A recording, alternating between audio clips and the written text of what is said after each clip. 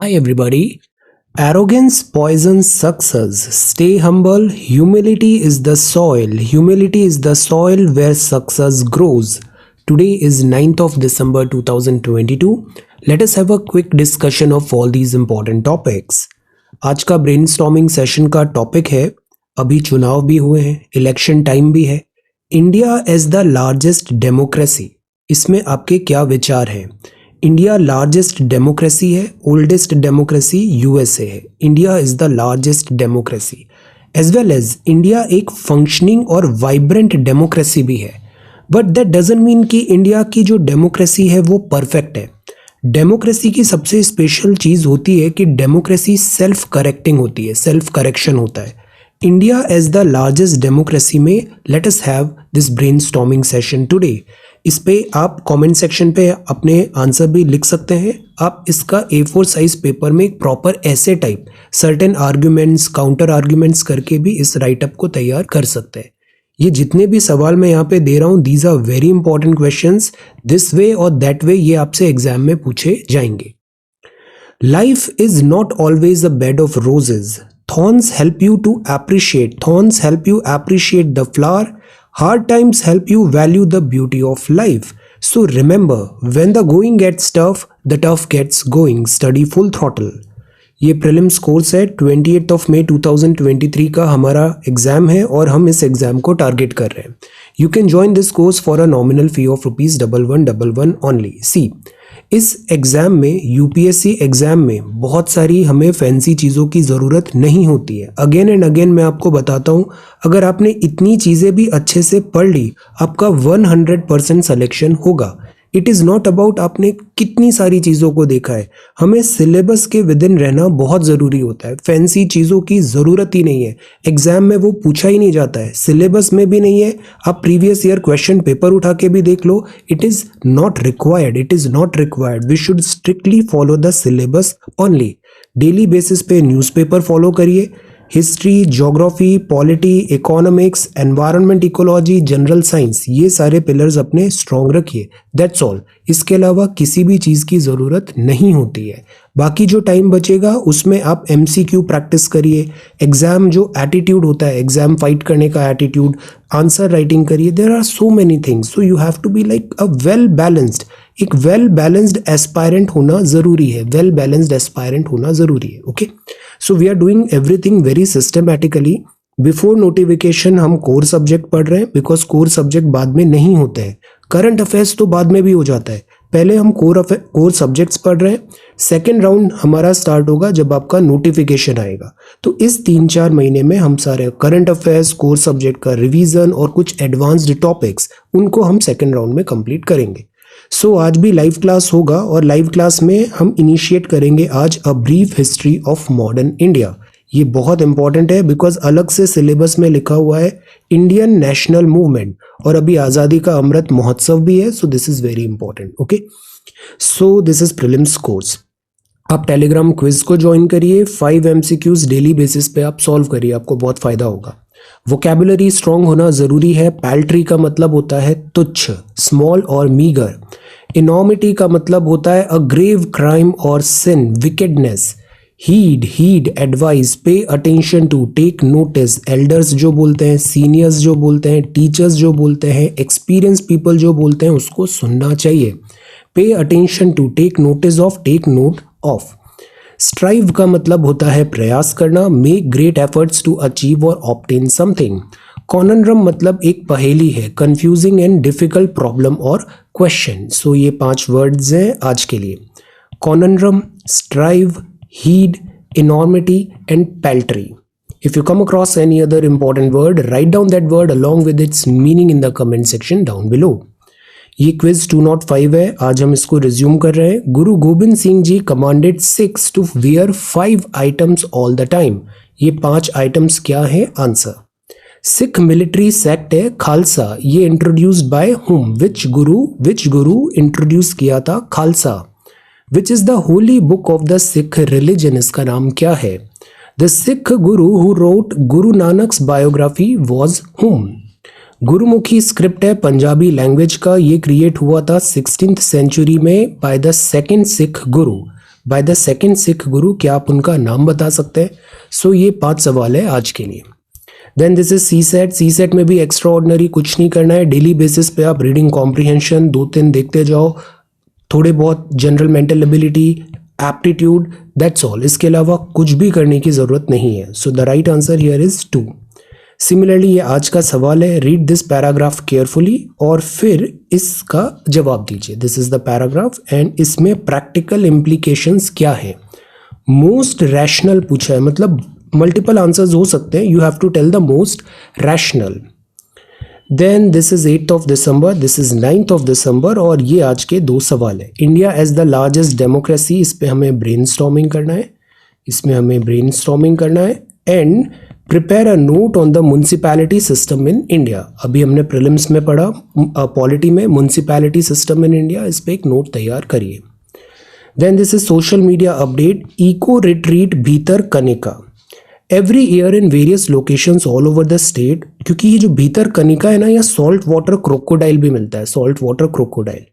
तो यहाँ eco retreat Odisha है, seasonal glamping event with amenities to experience the beauty of verdant nature. तो this is very beautiful, Odisha is very beautiful, this is भीतर Kanika.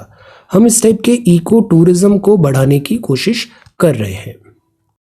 Okay, so this is Pir Panjal range. ये पीर Panjal range है, ये part of lesser Himalaya है। हिमालय ऐसे है, अगर हम इसको देखें तो दिस इज लेसर हिमालय। यहाँ ब्यूटीफुली फ्रेश वाटर लेक है sir and huge green meadows होते हैं जिनको बोलते हैं मार्ग। एवरेज एलिवेशन 1400 to 4100 है। यहाँ पे स्मॉल लेक्स भी हैं और मेडोज भी हैं, ग्रासलैंड्स। देव टिब्बा और इंद्रसान यहाँ की 2 इंपॉर्टेंट पीक्स हैं, ईस्टर्न एंड पे है पीर पांजाल रेंज में। यहाँ पार्वती एंड ब्यास वैली भी है कुल्लू डिस्ट्रिक्ट में। अपर बेल्ट ऑफ चंबा हिमाचल में है चंद्रा वैली लाहौल स्पीति में। हिल स्टेशंस हैं और गुलमर्ग और Pahalgam. Black bear, snow leopard, common leopard, jackal, monkey, western tragopan, ये सारे एनिमल्स यहाँ पर मिलते हैं।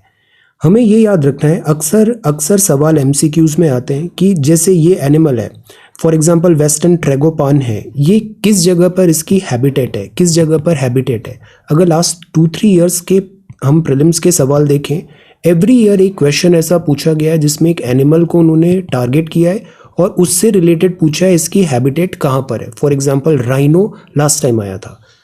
देन ये हैं स्वतंत्रता सेनानी तेज बहादुर सप्रू जी, भारतीय संविधान को ड्राफ्ट करने पर अहम योगदान दिया। 1944 में जुडिशरी फ्रेमवर्क के तहत कम्युनल मुद्दों को पहचानने के लिए बनाई गई कमेटी का चेयरपर्सन बनाया गया था। तो आप हैं स्वतंत्रता सेनानी तेज बहादुर सप्रू जी।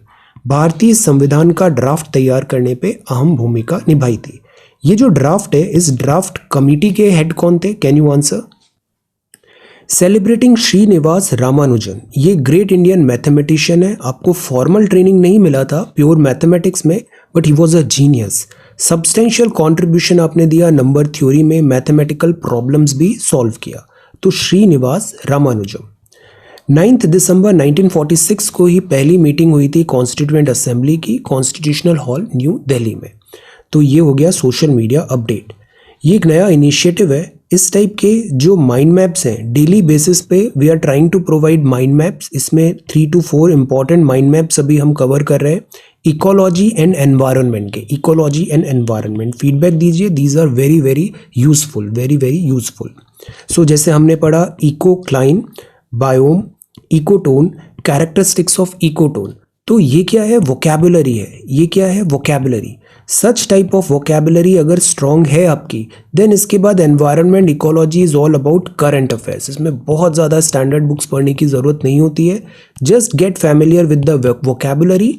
देन ये बहुत डायनामिक सब्जेक्ट है, जैसे इकोनॉमिक्स है, इसमें करंट अफेयर्स ज़्यादा आते हैं, सो that is Y second round में प्राइमरली हम एनवायरनमेंट, इकोलॉजी, आप अभी इसकी वोकैबुलरी से फैमिलराइज हो जाइए। सेकेंड राउंड में हम इसके advance topics and current affairs को देखेंगे। Then let us come to the Hindu newspaper. This is the Hindu, Friday December 9। ठंड बहुत बढ़ गई है, take very good care of yourself. Okay, so this is the Hindu. ये चुनाव के नतीजे आए हैं, गुजरात चुनाव और हिमाचल प्रदेश के चुनाव। ये जो चुनाव थे, ये थे विधानसभा के। तो विधानसभा चुनाव गुजरात 5 साल के लिए, हिमाचल प्रदेश का भी विधानसभा चुनाव 5 साल के लिए। तो इसका ये अभी चुनाव हुआ और ये इसके नतीजे हैं। गुजरात में भारतीय जनता पार्टी ने चुनाव जीता है लगातार 7वीं बार, 7th consecutive time in the state. और यहाँ पर 182 सीट्स हैं टोटल, और जिसमें से 156 तो clear majority Gujarat. Similarly this is Himachal Pradesh. Himachal Pradesh में टोटल सीट्स हैं 68 और 40 सीट्स जो हैं वो जीती है इंडियन नेशनल कांग्रेस ने 40 सीट्स, तो अगेन क्लियर मेजॉरिटी। सो ये नतीजे हैं गुजरात और हिमाचल प्रदेश के। इसीलिए आज का और इससे पहले भी जो मैंने सवाल पूछा था, डेमोक्रेसी बहुत ज़रूरी होती है, डेमोक्रेसी बहुत ज़रूरी होती है। हमने बहुत डिफरेंट टाइप ऑफ गवर्नमेंट्स भी ट्राई किए हैं हिस्ट्री में। हमने ऑटोक्रेसी देखा, डिक्टेटरशिप देखा, रिलीजियस थियोक्रेसी देखा, एट्सेट्रा। बट हमारा जो एक्सपीरियंस रहा है वो ये है कि democracy is not perfect, but democracy is still the best form of government जो अभी तक हमने ट्राई किया है। So democracy is the best. So this is democracy. अब आज के न्यूज़पेपर में सब पॉलिटिकल न्यूज़ है, हम पॉलिटी पढ़ते हैं, पॉलिटिकल न्यूज़ हमारे सिलेबस में नहीं है। So this is there. अभी यहाँ पर है probe firing of trans woman teacher, NCW tells UP chief secretary. ये जो चीफ सेक्रेटरी होते हैं इनको अपॉइंट कौन करता है, गवर्नर या फिर चीफ मिनिस्टर? Chief secretary. यहाँ बात है ट्रांस वुमन की। हम हमेशा बात करते हैं जो डिग्निटी होती है, बेसिक ह्यूमन डिग्निटी होती है, ये नो मैटर व्हाट हर किसी का एक अधिकार है, बेसिक ह्यूमन राइट है, डिग्निटी एंड ऑनर। प्लस हमारा कॉन्स्टिट्यूशन ये बोलता है कि हम based on religion, race, caste, sex और प्लेस ऑफ बर्थ किसी भी टाइप का डिफ्रेंशिएशन नहीं करेंगे। तो जो ट्रांस पीपल हैं एट टाइम्स उनके साथ डिफ्रेंशिएशन किया जाता है, which is wrong. So that is why यहाँ पे NCW ने इस मैटर को उठाया है। और अब आप देखो जैसे दिल्ली मेट्रो भी हुआ, इकोनॉमिक एम्प्लॉयमेंट अपॉर्चुनिटीज प्रोवाइड कराना इज अ मस्ट। तो गवर्नमेंट अभी इस डायरेक्शन में वर्क कर रही है। Basic dignity of all the individuals, all the human beings should be maintain, should be kept. So this is the front page of the Hindu. Then this is next page. यहाँ है serene morning, ये stand still है, ये चिनार के trees है, चिनार trees. ये कहाँ पर है? ये Jammu and Kashmir. Shadow over the Dal lake on a cold and foggy morning in Srinagar. तो this is chinar, this is chinar. ये जो ट्रीज हैं, जैसे जम्मू एंड कश्मीर का ये ट्री है, बिकॉज यहाँ पे स्नो बहुत है, यहाँ पे कोल्ड बहुत है, तो इनमें एडेप्टेशन हो जाता है। तो can you tell certain adaptation जो अक्सर हिमालयन ट्रीज में देखने को मिलता है, उनकी canopy, tree structure, wood etcetera, ये हार्डवुड होता है या सॉफ्ट वुड होता है? Answer. So this is serene morning. Then this is next page, caught in a parched periphery, then Metro Plus, and then this is editorial. अब this editorial is political. यहाँ Germany फार east की बात है, this is political and this is also political. अब यहाँ text and context है। 1000 of cases pending in Supreme Court, centre ने कहा। सेंटर और सुप्रीम कोर्ट लॉगर हेड पे आ रहे हैं। Why? NJAC, appointment of judicial person and transfer. Councillors with criminal charges against this in Delhi national. तो again ये भी एक बात है, जैसे डेमोक्रेसी पे आप ब्रेनस्टॉर्मिंग करोगे, डेमोक्रेसी में एक प्रॉब्लम क्या आती है? Criminalisation of these member. जो चुनाव जीतते हैं, नेता होते हैं, उनका क्रिमिनलाइजेशन। तो डेमोक्रेसी को डीक्रिमिनलाइज कैसे किया जाए? नेशनल हाईवेज ये कंप्लीट हो रहे हैं, this is really good. Samruddhi राजमार्ग, then 100 of civilians this DR Congo. ये जो आर्टिकल है ये है रेमिटांस का। रेमिटांस क्या होता है? फॉर एग्जांपल आप USA जाते हो, USA में आप पैसे कमाते हो, पर वो पैसे आप वापस इंडिया में भेजते हो, तो this is called remittance.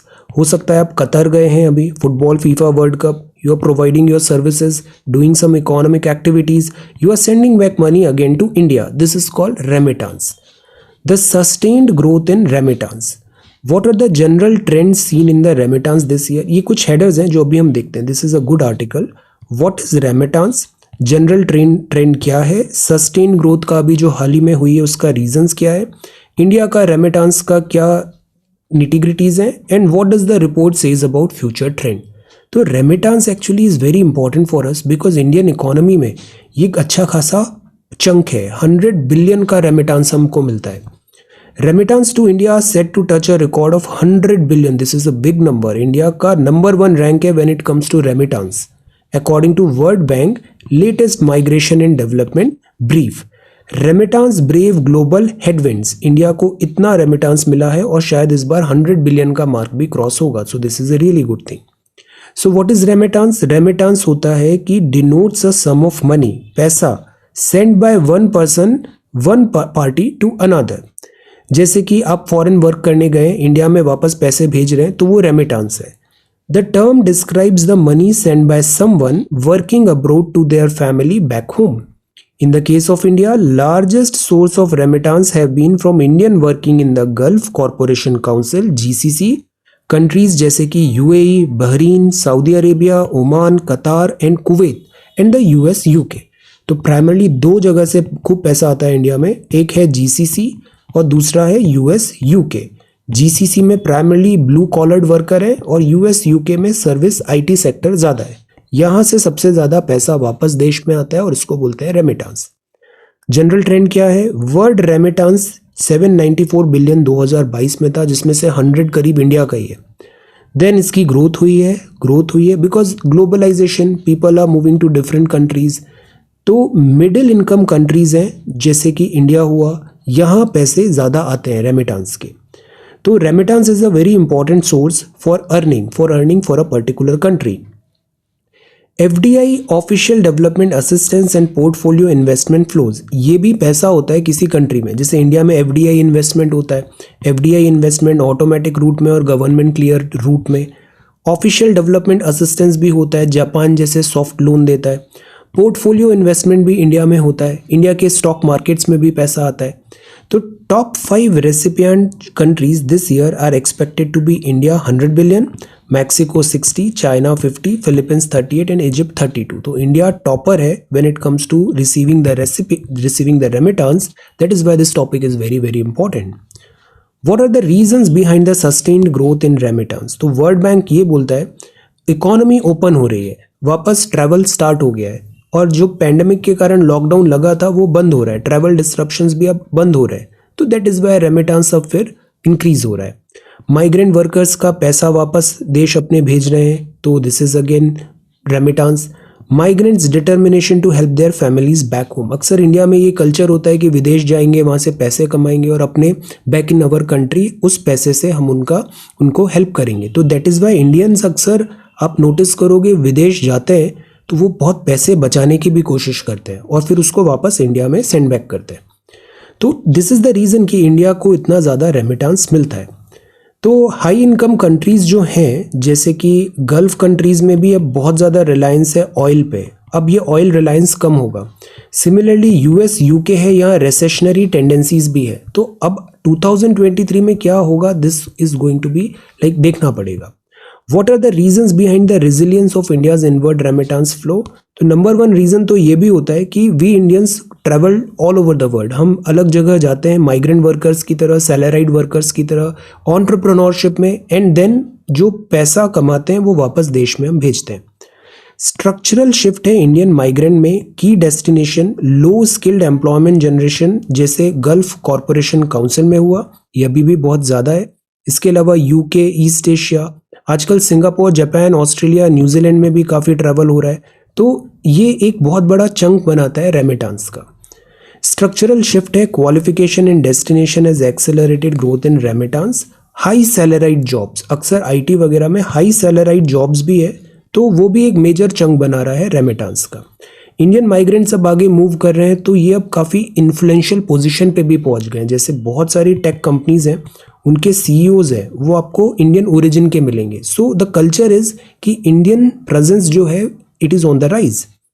Pandemic के बाद वेज हाइक भी हुआ, एम्प्लॉयमेंट कंडीशंस भी बेटर हुआ था, तो दैट इज़ वाई इसका एडवांटेज हमें मिला। और एक और इम्पॉर्टेंट चीज़ हो गया, जैसे पहले हम $100 भेजते थे, $100 भेजते थे तो वो बनता था अराउंड से 70,000 रुपीज़। अब वो $100 आता है तो वो हो जाता है 80 to 84,000 rupees. So the point is कि जो डॉलर स्ट्रांग हुआ है, रुपी वीकन हुआ है, उससे भी रेमिटांस का नंबर इन्फ्लेट हो गया है। तो फ्यूचर ट्रेंड ये है कि let us be hopeful. GDP growth high income countries में स्लो डाउन हो रहा है, माइग्रेंट्स के लिए भी एट टाइम्स डिफ़िकल्टीज़ हो रही है विदेशों में। तो ये रेमिटांस कितना सस्टेन होगा ये देखना पड़ेगा। Demand for labour plus again बढ़ने वाली है, बिकॉज फीफा में फीफा में अभी काफ़ी रिक्वायरमेंट था, अब ये कंस्ट्रक्शन एक्टिविटीज़ बंद हो जाएगी कतार में। इसके बाद ये जो रिक्वायरमेंट है स्पेशली कंस्ट्रक्शन वर्कर की, वो कहाँ पे डेवलप होगा। बट इसका दूसरा एंगल ये भी है कि जो वर्ल्ड की इकोनॉमीज़ है ना, ये प्राइमरली एजिंग बहुत हो रही है। फॉर एग्जांपल यूएसए में, यूरोप में आपको वर्किंग पॉपुलेशन ज़्यादा मिल नहीं रही है, और इंडिया की पॉपुलेशन यंग है, तो इंडिया बहुत अच्छे से वर्क फोर्स को सेंड कर सकता है इन कंट्रीज़ में, जैसे जापान में भी senior citizens. So the point is कि remittance for near future specially India के केस में स्लो डाउन नहीं होना चाहिए, जो रेमिटेंस है ये बढ़ेगा। What will India offer during its presidency of the G20। अब ये G20 के आर्टिकल्स अब हम बहुत फ्रिक्वेंटली देखने वाले हैं, बिकॉज इंडिया G20 की अभी प्रेसिडेंसी चेयर पे है। हमारे यहाँ जो बात होगी G20 का, बिकॉज G20 मतलब वर्ल्ड की टॉप 20 इकोनॉमीज़। टॉप 20 इकोनॉमीज़ मतलब Argentina, Australia, Brazil, Canada, China, France, Germany, India, Indonesia, Italy, Japan, the Republic of Korea, Mexico, Russia, Saudi and South Africa, Turkey and the UK, US and European Union as well. तो EU भी आता है G20 में। तो ये जो G20 economies हैं, इसकी मीटिंग होगी। वर्ल्ड की टॉप इकोनॉमीज़ हैं, तो वर्ल्ड किस डायरेक्शन में जा रहा है, ये टॉप 20 चैंपियंस है। सो दैट इज़ वाई इंडिया के पास बहुत अच्छी अपॉर्चुनिटी है वर्ल्ड की इकोनॉमी, जियो स्ट्रैटेजी, जियो पॉलिटिक को शेप करने का। G20 फोरम का हिस्ट्री हमने पहले भी देखा है, 1999 में एस्टैब्लिश हुआ था। पहले जैसे G8 था, फिर रशिया हट गया तो G7 हुआ, बट ये बहुत स्मॉलर ग्रुप है, प्लस वर्ड चेंज भी हो गया है। तो G20 is a better representation of economic powers. ये फोरम बेसिकली मैक्रो इकोनॉमिक्स को डील करता है और issues related to trade, climate change, sustainable development, health, agriculture, energy, environment को। तो ये हो गया G20। इंडिया की प्रेसिडेंसी है। प्रेसिडेंसी का मतलब इंडिया शेप कर सकता है इसके opinions, future holders of the, जो जैसे अभी 3 कंट्रीज हैं, ट्रायोका इन्हें बोला गया है, इंडिया, इंडोनेशिया एंड ब्राज़ील। तो इंडोनेशिया पे अभी G20 मीटिंग हुआ, अभी इंडिया पे, नेक्स्ट ब्राज़ील पे। ये 3 बड़ा इंपॉर्टेंट कंट्रीज हैं जो शेप करेंगी वर्ल्ड इकोनॉमी को। इंडिया G20 होस्ट करेगा। इंडिया की जो बात है वो है Vasudhaiva Kutumbakam, one earth, one family, one future, lifestyle for environment, और इसका एक लोगो भी अभी अनवील हुआ था। वर्ल्ड का इक्विटेबल ग्रोथ हम चाहते हैं, टर्बुलेंट टाइम है, रेस्पॉन्सिबल, इंक्लूसिव, होलिस्टिक, सस्टेनेबल वे में आगे बढ़ना है। प्रेसिडेंट शी जिनपिंग भी यहाँ पे आ सकते हैं। इंडिया और चाइना के जो क्लैशेस हैं बॉर्डर एरिया में, उसके बैकड्रॉप में ये मीटिंग इंपॉर्टेंट होगी। G20 का फोरम कैसे वर्क करता है, इधर 2 पैरेलल ट्रैक्स होते हैं, एक फाइनेंस ट्रैक होता है, एक शेरपा होता है। शेरपा मतलब एक रिप्रेजेंटेटिव होता है जो उसको हेड करता है, चैनलाइज करता है चीज़ों को। तो फाइनेंस ट्रैक फाइनेंस मिनिस्टर देखते हैं, सेंट्रल बैंक के गवर्नर देखते हैं, थ्रू आउट द ईयर वो डील करते हैं। और एक होता है शेरपा, ये पर्सनल एमिसरीज होता है लीडर का, मतलब जैसे G20 के टॉप 20 लीडर्स हैं, ये खुद आएंगे फाइनल डे में, बट उसके पहले का जो भी बैकग्राउंड वर्क है वो शेरपा रेडी करके रखेगा, सो दैट जो G20 की मीटिंग होगी उसमें ये लीडर्स आके फाइनल फॉर्मेलिटी होगी, sign etcetera, the background work जो होगा वो शेरपा कंप्लीट करेंगे। सो दिस इज शेरपा, ये पर्सनल एमिसरीज होते हैं लीडर्स के। तो एक हो गया फाइनेंस और दूसरा हो गया शेरपा, ऐसे 2 पैरेलल ट्रैक है। ये एजेंडा डिस्कस करेंगे, क्या करना है, कैसे करना है, सारी themes etcetera they are going to discuss over here. Various international organisation, UN, IMF, OECD, ये सब भी यहाँ पर पार्टिसिपेट करते हैं, बिकॉज अगेन वर्ल्ड के टॉप 20 इकोनॉमीज आ रहे हैं। So automatically this becomes a very powerful voice, very powerful platform. और अभी ये प्लेटफॉर्म की प्रेसिडेंसी कर रहा है India. So that is why G20 से 100% सवाल अभी आएगा। तो ये हो गया रेमिटेंस, ये हो गया G20। Female leads in DK drama, this is Korea. Know your English, know your English में जो फर्स्ट वर्ड है this is frank and this is firangi, जो वर्ड आ गया है पर्शियन, फिरंगी। एक वर्ड होता है अपेरेंट, इसका मतलब क्या होता है, और एक वर्ड होता है ऑब्वियस। तो जो वर्ड अपेरेंट है इसको हम 2 सेंस में यूज कर सकते हैं। एक है कि this is apparent, clearly visible है। NCERT इतना ब्यूटीफुली रिटन है, लैंग्वेज भी बहुत अच्छी है, बहुत सारी चीजें अपेरेंट है, क्लियर, विजिबल, प्लेन है। It is apparent that you have not studied the subject, it is apparent that he has misled us, तो this is apparent. The word is also use in another sense, जैसे appearing to the sense और mind as distinct from what really is. जैसे सन जो है, वो जो सन है वो अभी विंटर चल रहा है तो सन सदर्न हेमिस्फेयर में, तो सन का ये जो मूवमेंट हमें ऐसा नजर आता है, ये एपरेंट मूवमेंट ऐसा लगता है, बट एक्चुअली में सन मूव नहीं कर रहा है, अर्थ मूव कर रही है, टिल्टेड है अर्थ। तो अपियरिंग टू द सेंसेस और mind as distinct from what really is, तो सन ऐसे मूव करता नजर आता है नॉर्थ एंड सदर्न हेमिस्फेयर में, this is apparent movement of the sun. तो एपरेंट मतलब होता है वो ऐसा परसीव हो रहा है। Apparent loyalty deceived a number of people. Apparent is the opposite of actual और रियल। और जो ऑब्वियस है मतलब again lying in one's way, obvious. So obvious very clear and seen at the first sight, तो that is obvious, मतलब जाहिर सी बात है, he is obviously wrong, okay, he is doing it for obvious reason, जाहिर सी बात है, दिख रहा है। So this is that. अक्सर हम अपोस्ट्रॉफी लगाते हैं, ये नहीं लगाना चाहिए योर्स फेथफुली में, दिस इज यहाँ ये इसका नहीं मिस यूज है, ये इनकरेक्ट है। देन दिस इज अक्सर हम जैसे हिज हर्स इट्स में भी हम देखते हैं। जैसे एक और वर्ड है इट्स, यहाँ अगर हम अपोस्ट्रॉफी लगाते हैं तो इसका मतलब एक कॉन्ट्रैक्शन हुआ है। जैसे इट इज था, यहाँ हमने एक अपोस्ट्रॉफी लगाया तो कॉन्ट्रैक्शन हो गया, सो this is it's, this is it's. Similarly हम डजंट लाइक दैट, तो this is just a contraction. But अगर हम इसको डायरेक्टली लिख देते हैं, जैसे इट्स मशीन या फिर इट्स पार्ट लाइक दैट, तो वहाँ पोजेशन आता है। और it is without the apostrophe, तो ये जो इट्स होता है इसका मतलब होता है of it, okay, it moves of its own accord, okay. So this is English, इसको हिम बोलते हैं, him is pronounced like him, okay. English is very funny language, non technical, non scientific. Then this is ignominious, इसका मतलब होता है relating to shame, public disgrace और shame, embarrassing, humiliating, okay. Then this is this page. और अक्सर आप लोग students पूछते हैं कि इंग्लिश बहुत अच्छी नहीं है तो क्या डिफ़िकल्टी होगा, ऐसा कोई डिफ़िकल्टी नहीं होता है। आपको अगर वर्किंग इंग्लिश आती है, आप स्मॉलर सेंटेंसेस बताओ, आप अपनी बातों को आसान शब्दों में बताओ, you are good to go. किसी भी टाइप का कॉम्प्लेक्स लाने की ज़रूरत नहीं होती है, okay. Then this news page number next. Collegium system is the law until center brings new legislation. Let us see. Wildlife bill अभी आया है, better protection की बात है। GM mustard, अब देखो GM mustard में भी ना अभी हमें कंट्रोवर्सी में नहीं पड़ना है, हमें बस ये देखना है कि जेनेटिकली मॉडिफाई क्यों कर रहे हैं। जेनेटिकली मॉडिफाई हम कर रहे हैं सो दैट जो कुछ डिजायर्ड, अगर उसमें रॉन्ग ट्रेट्स है तो उसको हटा दे, जैसे अगर वो प्रोन टू पेस्ट अटैक है तो उसको हटा दे, प्लस अगर कुछ डिजायर्ड ट्रेट ऐड करने हैं तो वो हम ऐड भी कर देंगे, प्रोडक्टिविटी बढ़ जाएगी। तो ये जेनेटिकली मॉडिफाइड है। ये genetically modified is not a new concept. Nature हमेशा सिलेक्शन ऐसे करती रहती है, नेचर चीज़ों को ऐसे, थ्योरी ऑफ इवोल्यूशन है, तो नेचर मॉडिफाई करती है, स्पीशीज भी मॉडिफाई करती है, बट वो नेचुरल सिलेक्शन के थ्रू होता है। यहाँ हम एंथ्रोपोजेनिक कर रहे हैं, एंथ्रोपोजेनिक इसमें कुछ ऑल्टरेशन ला रहे हैं जीन्स में। अब बात ये आती है कि ये नेचुरली सेलेक्टेड नहीं है, इवोल्यूशन के थ्रू नहीं आया है, तो इसके कॉन्सिक्वेंसेस क्या होंगे लॉन्ग टर्म में। दैट इज़ वाई हम बहुत केयरफुल होते हैं जब इस टाइप से जेनेटिकली मॉडिफाइड क्रॉप्स को लगाते हैं।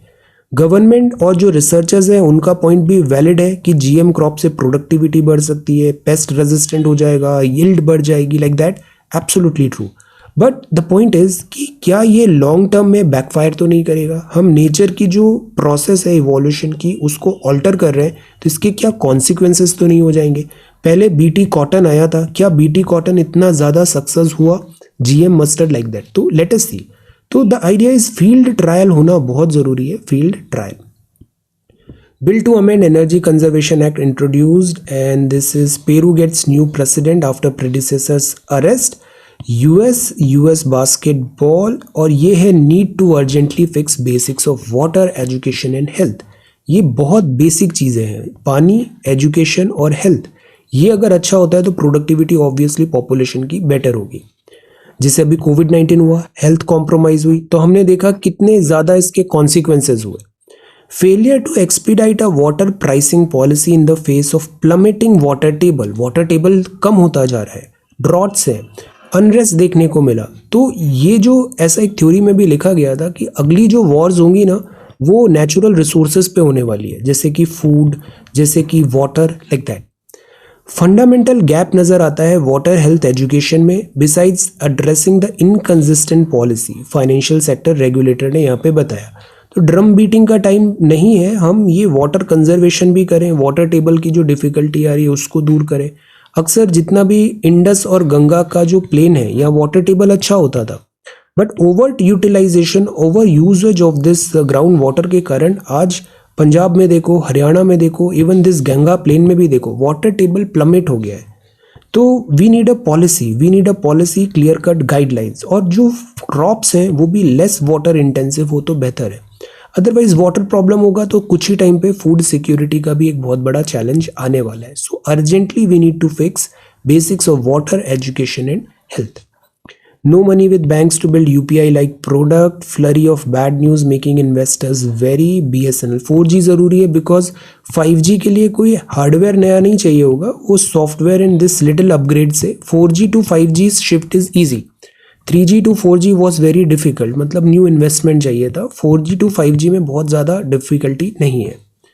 AI to spend this much money, new interiors of wide body planes में DRI। Okay, so this is the Hindu newspaper. Alright, अब क्विकली हम आपके सबमिशंस भी देख लेते हैं। ये है 5 अक्टूबर।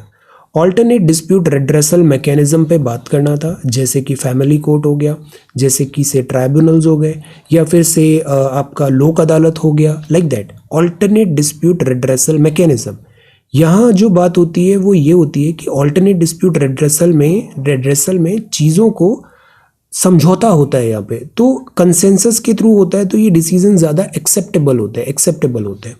तो जियो पॉलिटिकल मैप भी बनाना था एशियन का। Very simple question, the difficult part is execution. इस एग्ज़ाम का मैं पहले भी बताया हूँ, हर बार आपको बता रहा हूँ, फैंसी चीज़ों की ज़रूरत नहीं होती है। आप हर साल देखना, बहुत सारे स्टूडेंट्स बेसिक चीज़ों को अच्छे से करके एग्जाम क्वालिफाई ही नहीं करते, वो उसको टॉप करते हैं। You don't need extraordinary things, you have to do these ordinary things in an extraordinary manner. Consistency सबसे ज़्यादा मायने रखती है इस एग्जाम में। सिंपल चीज़ों को आपको डेली बेसिस में करो, अपने आपको इम्प्रूवमेंट अपना नज़र आएगा। जैसे ये सवाल है, अब देखो सुप्रिया ने कितने अच्छे से बताया फ्री लीगल सर्विस क्या है, कौन से एलिजिबल हैं, लोक अदालत। आपके पास बुक्स है, आपके पास इंटरनेट है, उसको पढ़िए और ऐसे नोट्स में उसको कंसोलिडेट करते जाइए। जो अब जैसे केस रेफरेंस दिया, गुड, बेनिफिट्स, लॉ कमीशन की रिपोर्ट दे दिया, वंडरफुल। तो इससे एक ओरिजिनलिटी आ गई, एक वैल्यू एडिशन आ गया, fantastic. Jio political map of Asian भी बनाया है, इसको और अच्छे से बनाइए। यहाँ पे लिखिए कौन सी स्ट्रेट है ना, स्ट्रेट कौन सी है, या फिर कोई इंपॉर्टेंट माउंटेन्स, इन आइलैंड्स के भी नाम बता दीजिए, सुमात्रा क्या है, जावा क्या है, लाइक दैट। जूही ने भी देखो कितना अच्छे से बताया। सी, यहाँ पे सारे कैपिटल्स एंड कंट्रीज के नाम बताए, और यहाँ पे इंपॉर्टेंट स्ट्रेट्स, आइलैंड्स वगैरह, good, seas and islands, very nice. वैकल्पिक विवाद, ये अच्छी चीज़ है, this is good, very nice. Priyanka ने भी बहुत अच्छा आंसर लिखा है, this is subordinate code, constitutional provisions, very good. Jurisdiction, then हमने यहाँ प्राइमरली सबऑर्डिनेट कोर्ट्स के बारे में ज़्यादा बताया। फ्री लीगल सर्विसेज, ठीक है, लोक अदालत भी है। Your answers are very holistic, very thorough, आप पूरे टॉपिक को बहुत अच्छे से समराइज करते हो, दिस इज़ योर स्ट्रेंथ। अब इसको रिवाइज भी करिए, आपको ये बहुत फ़ायदा देगा। विमल भी बहुत अच्छे आंसर्स लिखता है। सी, इंट्रोडक्शन, देन ADR क्या होता है, this style is good, content very nice. Then ये मैप भी बहुत अच्छा है, दिस इज गुड। अब इन कंट्रीज के बारे में भी हमने शॉर्ट नोट बना दिया, fantastic. Shagufta, this is good. ADR के बारे में बताया है। मीडिएशन, सबसे इंपॉर्टेंट चीज़ होती है मीडिएशन, देन ग्राम न्यायालय एट्सेट्रा। अब कुछ एक जो एक्स्ट्रा चीज़ें हैं, जैसे अपील का, क्या यहाँ पे सुप्रीम कोर्ट, हाई कोर्ट में अपील हो सकती है, लाइक दैट, इनको भी इंक्लूड करिए। ये डायग्राम बहुत अच्छा है, your diagram work is really good. अब बहुत अच्छा कर रहे हो, उसको कंसिस्टेंटली मेंटेन करना है हमें, और रिवाइज करना भी बहुत ज़रूरी है। Okay, Nandini is again doing really good. यहाँ पे सारे कॉन्सिलिएशन, मीडिएशन, नेगोशिएशन, सो सी हमने चैप्टर पढ़ा, लिख लिया, याद हो गया, तैयार हो गया, fantastic. Then look at this map, so good, your map work is extraordinary, very nice, see this, very good। अब इसको simultaneously आप गूगल अर्थ में भी देखते जाया करो, ऑक्सफोर्ड एटलस में भी टाइम टू टाइम देखा करो। चंदन, फीचर्स ऑफ ADR बताया आपने, ADR के features, very good. Chandan is again very to the point and systematically, बहुत अच्छे से यहाँ आंसर लिखा है, गुड। ये एशियान हो गया, इसका गूगल अर्थ में आप देखो इसमें नए डेवलपमेंट क्या हुआ है, नए पॉइंट्स क्या है, इसको अपडेट करते जाइए। Ratnapriya, this is again good, map work is extraordinary, geography आपकी बहुत अच्छी है। Pooja, this is really good, see कितना कंसाइज नोट बनाए, एक शॉर्ट नोट में एक पेज में पूरा समराइज कर दिया, रिवीजन कितना आसान होगा, fantastic. Then this map again, आपकी हैंड राइटिंग प्रेजेंटेशन आपका बहुत बड़ा स्ट्रेंथ है, you are really good, so this is good, challenges very nice. Kirti, this is again good, very systematic, कितना सिस्टमैटिक कॉपी है, दिस इज गुड, पॉइंट्स लिखे, way forward, good, map work भी, यही जो चीज़ें हैं ना ये डिफरेंस क्रिएट करता है, डिफरेंस क्रिएट करता है कॉपी, बिकॉज यू नो वहाँ आपको कोई जानता नहीं है, आपका बस एक रोल नंबर है और आपकी कॉपी ही आपका आईडी कार्ड है, आईडी कार्ड है, तो जैसा आपने यहाँ लिखा है ना उसी के बेसिस पे आपका इंप्रेशन बनता है, तो always try to put a very good impression. Aditi, this is really good, ADR के बारे में बताया, very nice, this is really good. Aditi भी बहुत अच्छे आंसर्स लिखती है, कंसोलिडेटेड है और इसको रिवीजन करना बहुत ज़रूरी है। रत्नाप्रिया, दिस इज गुड, अब see this style, very nice, good. लोक अदालत, वेरी गुड। अमरजीत ने हिंदी में लिखा, गुड। तो see after a time it's more about कि you know all the things, अब जस्ट उसको कंटिन्यू करो, कंटिन्यू करो, okay. Kirti, this map is again good, very nice, see सारे यहाँ पे अच्छे से कंक्लूड कर दिया। रश्मि भी वेरी नाइस, सी अब जैसे बॉक्स में बंद किया, दिस इज गुड। यहाँ और भी एडिशनल फीचर्स आप ऐड करो, जैसे स्ट्रेट के बारे में बताओ, आइलैंड्स के बारे में बताओ, like that. Harsha, this is again good, आपकी हैंड राइटिंग भी बहुत अच्छी। यहाँ मार्जिन्स ड्रॉ करो और कोशिश करो मार्जिन्स के बाहर नहीं जाना चाहिए, आज ही से ये आदत डालिए। 5 टाइप्स ऑफ एडीआर हो गया, very nice, advantages, good. Then this is again, अब ये मैप वर्क भी बहुत अच्छा है, इसमें और एडिशन करो, इसमें थोड़ा स्ट्रेट्स के नाम दो, यहाँ पे कुछ इंपॉर्टेंट आइलैंड्स के नाम दो, ओके। कैपिटल्स भी पता होनी चाहिए, अक्सर सवाल प्रीलिम्स में पूछा गया है north to south, east to west arrange करने का। Neha, this is again good, again यहाँ पे और एडिशनल पॉइंट्स लिखिए। ज्योग्राफी भी वेरी गुड। एशियन पर, ASEAN is very important because ये फलक्रम है इंडो पैसिफिक का। Samuel, see your very good handwriting, need for ADR types, see so systematic, negotiation, advantages, very nice, legal, very good, this is really good। Harjinder, this is again good, बहुत अच्छा neat and clean लिखा है। Mediation, ये ADR भी बहुत important है because आज की डेट में जुडिशरी में जैसे नंबर ऑफ केसेस बहुत ज़्यादा आ रहे हैं, पेंडिंग आ रहा है, कोर्ट भी अब बोल रही है कि ADR पे हम स्विच करते हैं ताकि लोड कम हो, केस लोड कम हो। अब सी ये बहुत अच्छा बनाया आपने, स्ट्रेट लिखा है, आइलैंड्स के नाम, very nice. Samuel, this is really good, this is very good, coloured पूरा यहाँ पे आपने आइडेंटिफाई किया, फैंटास्टिक। अब क्या करो, यहाँ बीच में स्ट्रेट ऑफ मलक्का, कोई इंपॉर्टेंट आइलैंड्स के नाम, जैसे ये जावा, ये दिस इंडोनेशिया के डिफरेंट आइलैंड, सुमात्रा एट्सेट्रा, उनको मेंशन करिए, ओके। सी एशियन बहुत ज़रूरी है, एशियन हमें बहुत अच्छे से पता होना चाहिए। अफसाना, दिस इज गुड, सी कितना अच्छे से यहाँ पे लिखा है, fantastic. Indonesia, Malaysia, Philippines, then this is good. यहाँ पे भी ना आप स्ट्रेट्स के नाम लिखो, जैसे ये लिखा है सुंडा स्ट्रेट, और आइलैंड्स के भी नाम लिखो, आइलैंड्स के भी। Neha, this is good. ADR, this style is good. Advantages, disadvantages, overall we are pro ADR, we are pro ADR, okay. So these are the submissions. अब इसी तरीके से आज का भी ये आप अटेम्प्ट करिए, ओके।